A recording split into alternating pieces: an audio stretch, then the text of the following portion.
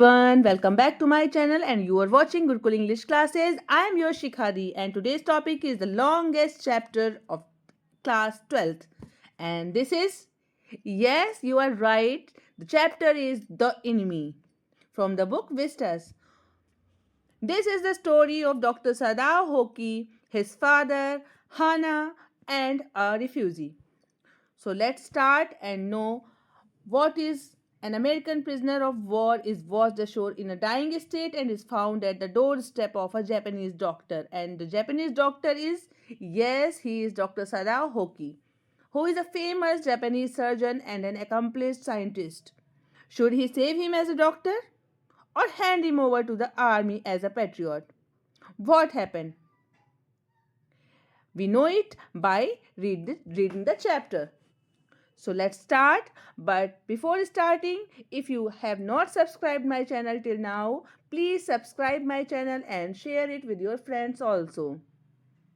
Dr. Sadao Hoki's house was built on a spot of the Japanese coast, where as a little boy he had often played. The low square stone house was set upon rock wells above a narrow beach that was outlined with bent pines. As a boy, Sadao had climbed the pine, supporting himself on his bare feet as he had seen men do in the South Seas. Very often his father said him, "Those islands yonder, they are the stepping stones to the future for Japan." And Sadao had asked seriously, "Where shall we step from them?" His father had answered, "Who knows?" But at this time, his father had died and he lived in his house with his wife Hana and his children. Sadao had taken this into his mind as he did everything his father said. His father, who never joked or played with him, but who spent infinite pains upon him, who was his only son. Sadao knew that his education was his father's chief concern. For this reason, he had been sent at 22 to America to learn all that could be learned of surgery and medicine. So he became a famous Japanese surgeon and an accomplished scientist. Lived in a house on the Japanese coast. Sadao's father was a very serious and traditional man. He even sent Sadao to America to complete his study, but he wanted only Japanese daughter-in-law. So when Sadao had met Hana in America, he first of all he sure that Hana was Japanese or not. When he sure, the marriage was solemnized in the traditional Japanese way according to his father's wishes. So the story started on one night when Sadao and Hana were enjoying the view of the sea from their veranda, when they saw something black coming out of the mist.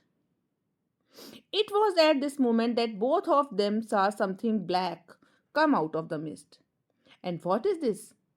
It was a man. He was flung up out of the ocean, flung, it seemed, to his feet by a breaker. He staggered a few steps, his body outlined against the mist, his arms above his head.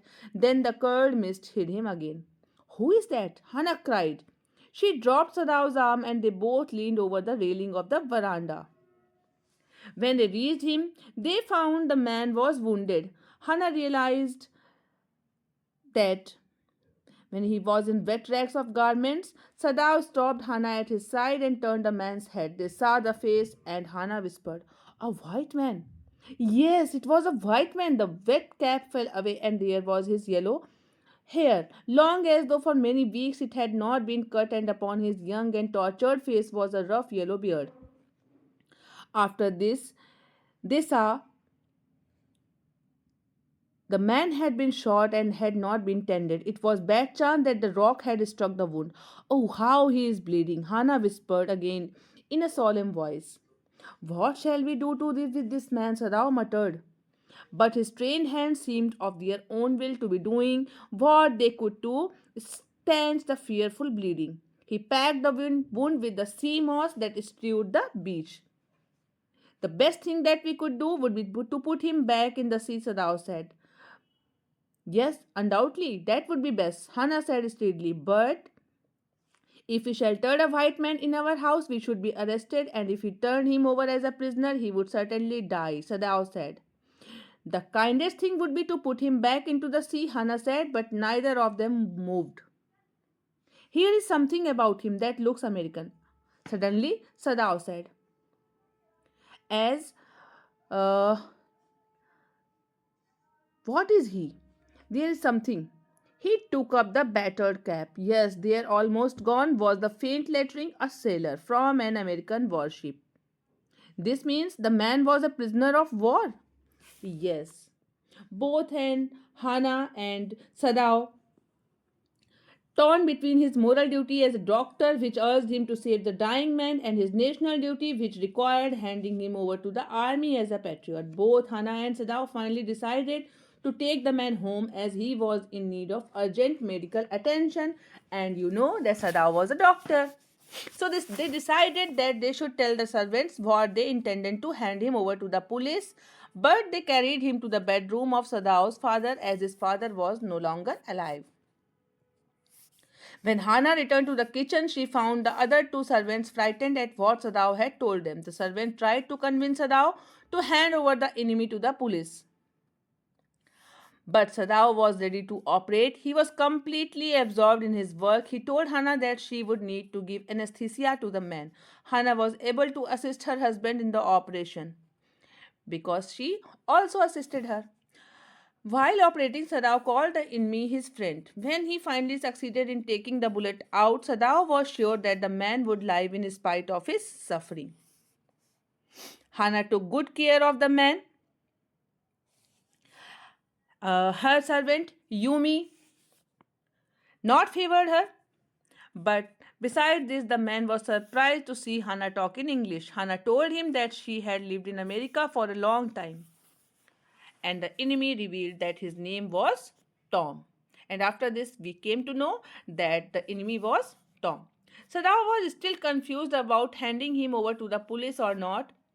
The servant resented their decision to help the American soldier. They thought that the couple liked Americans because they lived in America for a long time. But Sadao tried to clarify that all Americans were his enemies.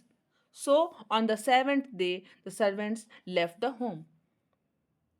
As soon as the servant left the home, as you see here in this picture, Sadao had operated, and after seeing the blood, Hannah began to vomit. But Sadao was very perfect in his occupation, so he took out the bullet. Simply on the same day, a messenger in official uniform came to Sadao's house. And who is that? Hannah was scared, thinking he was there to arrest Sadao. But in reality, the messenger had come to inform Sadao that the general needed him badly. Looking at Hannah in utter distress, Sadao decided to get rid of the man. Sadao told the whole episode to the general. The general knew that Sadao was indispensable to him, so he promised Sadao that nothing would happen to him. And the general had planned to get the American soldier assassinated by his assassiner. After that meeting, Sadao spent 3 restless nights waiting for the assassins, but they didn't come. Finally, the torture became too much to bear for him. He planned to get rid of the enemy himself. So he planned the escape plan to Tom. He also warned him that he needed to escape as the news of his presence was not hidden anymore. He arranged a boat. He arranged food. He arranged drinking water and clothing for the young man and also gave him his own flashlight. And after this, he told Tom that he should flash the night 2 times if he needed something.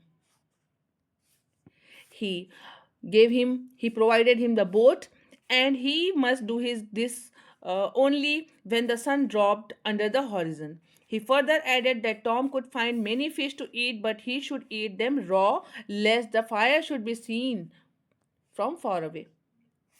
Even Hannah didn't know about this plan, all the plans Sadao had made himself. Sadao had told Tom to wait for a Korean ship, and when Korean ship came, he left his boat and went from there. Sadao went to the general and informed him that the American had escaped. The general informed Sadao that he forgot about the prisoner as he was unwell. He told Sadao not to leak out this information to anybody. Back at home, Sadao remembered his days in America and the Americans he met there. He also remembered the Americans were full of prejudice and it had been bitter to live in it. Knowing himself, he remembered the face of his fat and slatternly landlady. He had had great difficulty in finding a place to live in America because he was a Japanese. He wondered why he could not kill Tom while he was his enemy. Strange. Last word of Sadao, I wonder why I could not kill him. And what do you think about this? Why did Sadao not kill Tom? Because in Hurt, he was not a murderer, he was a doctor. So, this is the story of the longest chapter, The Enemy. This is a very important chapter. You should learn the question, how did Dr. Sadao resolve the conflict in his mind between his loyalty to his country and his duty as a doctor? This is the most important question. And another question is that what impression do you form of Dr. Sadao both as a doctor and a human being on the basis of the story The Enemy? So read it and remember it. I will meet you in another video. Till then, tata, bye bye, and thank you for watching.